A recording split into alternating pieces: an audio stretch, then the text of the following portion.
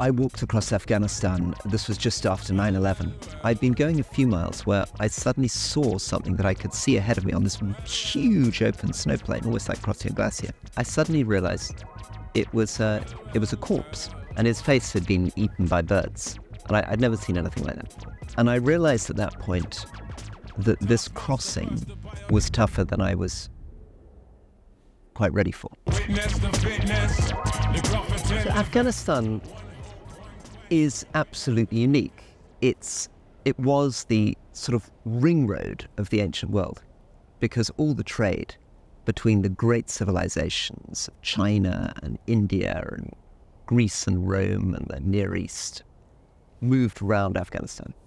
And on the edge of an American airbase called Bagram, they uncovered a hoard of trading goods, a couple of thousand years old. And amongst them are pieces of glass from Egypt, ivory from India, fragments of Chinese silk, Roman coins. You get the sense that in the world before globalization, Afghanistan was the kind of first really globalized trading community. But because it's very poor, because it's very mountainous, this stuff has been preserved in Afghanistan in a way that it hasn't anywhere else. And Afghanistan was one of the great centers of world civilization. It was the place where the West and the East met with these explosions of art. The first time the Buddha was ever portrayed as a human as opposed to as an abstract object was in Afghanistan. So central religion, central art, and of course in the last 150, 200 years, the central tragedy, because that geographical position then put it between the British Empire and Russia, and then between Russia and the United States during the 1980s and the Cold War, and then put it again at the front line of the war on terror because Osama bin Laden located himself there. So it's a country of staggering beauty. Afghans are very, very unique people. I mean, it's difficult to describe a whole country without sounding like you're being weird and making generalizations, but I can honestly say there's nowhere I have been sort of so happy to live, so proud of the friendships I made. And now, of course, it's lapsed back into Taliban rule. It's a bit of a sliding doors moment, really, isn't it? You know, looking back at when you were there, the fall of the Taliban, early noughties, compared to where we are now. That moment when the Taliban falls, you decide you're going to walk across Afghanistan. Could you tell me a little bit about your sort of thought, your decision-making process there? Because, you know, regardless, it's an incredibly dangerous thing to do, right? You're going to be walking across mountains, the conditions are poor. But, you know, there's people running around with Kalashnikovs. You're talking about local warlords. The Taliban are still there. Were you concerned about your safety when you were there? It's a question that I've been avoiding for sort of almost more than 20 years, because that's when I did the journey. And I think I was avoiding the question, and I'd make jokes. I say, you know, I was doing it to impress women. I'd be like, did it work? And I'd be like, no. But I think I've just become 50, and I think I've got enough distance from myself now to see that a lot of this are the kind of are the ways in which someone in their 20s projects these heroic fantasies on the world. I think I was almost feeling that I was living a life out of a kind of cartoon, and that I would have these moments, and I don't know whether other people in the 20s sometimes feel this, but when you're doing something that really connects with your dreams, you can sort of suddenly feel, oh my goodness, you know, this is so exciting. I'm on my own in the Afghan snow with my dog, and here's somebody riding towards me with a horse and a gun. And I often try to make it seem more kind of serious and meaningful, because, of course, I was aware at the time that, of course, I'm risking my life. Of course, you know, these are very, very poor communities, and I'm very lucky to be able to travel amongst them. I'm a very privileged person. So I feel sort of slightly guilty, and I have to apologize for it. But the truth is that it probably isn't very different from any young woman or man going off to Thailand on holiday and thinking this is really cool. It's a pretty strong gap year, isn't it? we're talking about your personal safety. I'd like to talk about that a little bit more because, yes, there were, guys with Kalashnikovs on horses, but actually it turns out the thing that was most dangerous to you were the conditions. There's a moment, right, when you're in the snow with Babu, your dog. You talk a little bit about that. Yeah, so I wasn't conscious, I think, completely how tired I was getting. So walking 25, 30 miles a day through snow.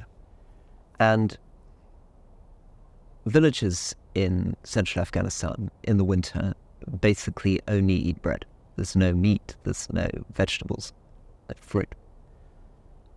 And I had been walking across the snow plain, and in this case, the gap between villages was about probably 20 miles, which, you walk about 3 miles a day, so that's most of the day's walk. And it was a blazing hot day, and I'd been going a few miles where I suddenly saw something that I could see ahead of me on this huge open snow plain, almost like crossing a glacier. And when I got close to it, I suddenly realized it was a corpse. It was a guy who'd been trying to walk the other way. I could see his footprints, so half melted in the snow. And he'd covered his hands in plastic bags, I guess, to keep them warm. And he'd just laid down on the snow and died, obviously, maybe, I don't know, maybe 12, 24 hours before I got there. And his face had been eaten by birds. And I'd never seen anything like that before. And I realized at that point that this crossing was tougher than I was quite ready for. Anyway, I walked on. And after another, I guess, couple of hours, I began to feel very, very, very, very tired. And the sun was shining, and I lay down on the snow, and I felt two things. I felt I've done all I can be asked to do. Nobody can criticize me at this point for lying down. It's fine. I don't need to keep going. And this is quite nice. And then my dog came back and started sort of sniffing around me like it was a kind of joke. What are you doing, lying there? And then walked on. And then turned around and came back. And then barked at me. And then walked on. And I remember feeling, what a brave dog. Right? Well, this dog doesn't seem to be having this kind of existential crisis. I guess if this dog can keep going, I could, probably try to walk a few more steps. So I kind of followed my dog. And the dog, saved my life in the very matter-of-fact, engaged partnership that a dog can have with a person. And could you tell us then what happened later to your dog? Yeah, so it was most extraordinary privilege because in many ways Babu, obviously I owed my life to Babu, who was this enormous, great Afghan hound who walked with me. And we made it to Kabul together, where I was able to feed him well and rest him. And then we were going to come back to Scotland together, and I arranged it all with the airline. And we moved on to Pakistan in a taxi, this enormous animal with its kind of paws resting on me. But he'd never been out of the central Afghan mountains, and I could see that he was getting very hot. And something went wrong with moving him, and there was this sort of back and forth. And in the end, a very kind journalist, a war reporter, who'd been working in Afghanistan for many years, said, "Don't worry, Rory, you get on the plane, I'll look after him, and we'll put him on the plane the next day, and you can meet him in Scotland." Big box. And something happened. What seems to have happened is that he was fed a lamb ribs, and I think the lamb ribs broke and must have cut his stomach. He was taken, my friend took him straight to a vet in Pakistan. But he died, and I mean, I felt very, very bad not to be with him. Yeah.